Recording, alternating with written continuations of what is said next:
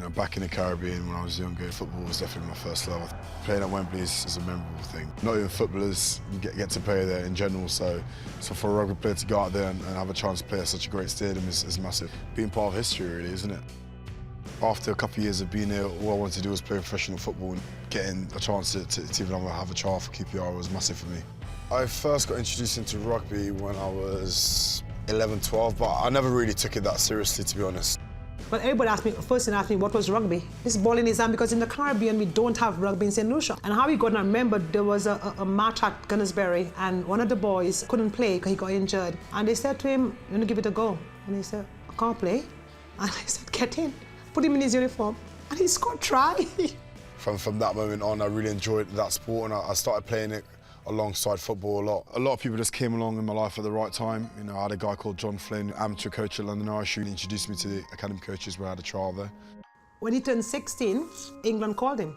At the same time, he was at QPR. So we had to make a decision, because you can't be a jack of all trades, isn't it? My mum advised me, playing rugby, you can actually finish your academics and still go on and play professional sport. He didn't want to go at all. I mean, we had a big fight with it. He was not very happy with me. He cried, he didn't want to go. Today, he'll tell you that's the best decision he made.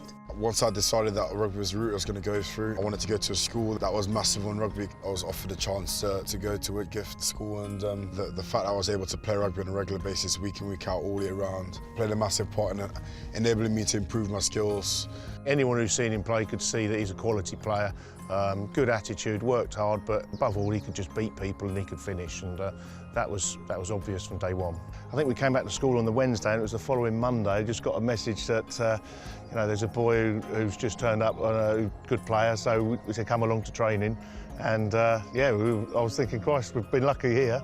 Although I do remember when you convinced me that you were a place kicker, and we had this kick in front of the post. Oh, I kick Wilco, okay, and missed it by miles. I think that was the only kick you ever took for us, so Yeah, stuck to scoring tries. Yeah. I've been back here a few times now, so it's nice to get back. It brings back to earth a little bit. My parents have never, paid for me to go to school, so, to get a chance, to go to a school like that, with those facilities, it's fantastic. And my mum's always been my #1 fan. She's taken me to numerous amount of games and places up and down the country. So, with that, I definitely wouldn't be where I am. So I'm always grateful.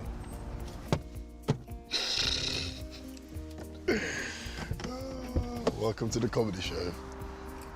Marland's mother always would come down and actually encouraged him. She was a big part in Marland's development. Can you just serve your mum? Come on, take a glass, get up, like you have some energy. Strong-willed, ambitious, and worked hard, and I think, Marland's inherited those traits.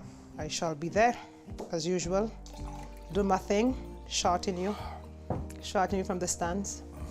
Pretend you didn't hear my voice. I look back and I still pinch myself saying, this is the boy who came here to England, no plans of playing rugby, and suddenly, here comes Marland, 7 years down the road, and he's playing for England. I couldn't write that in a book for you. I couldn't. That couldn't be writing on the wall, never.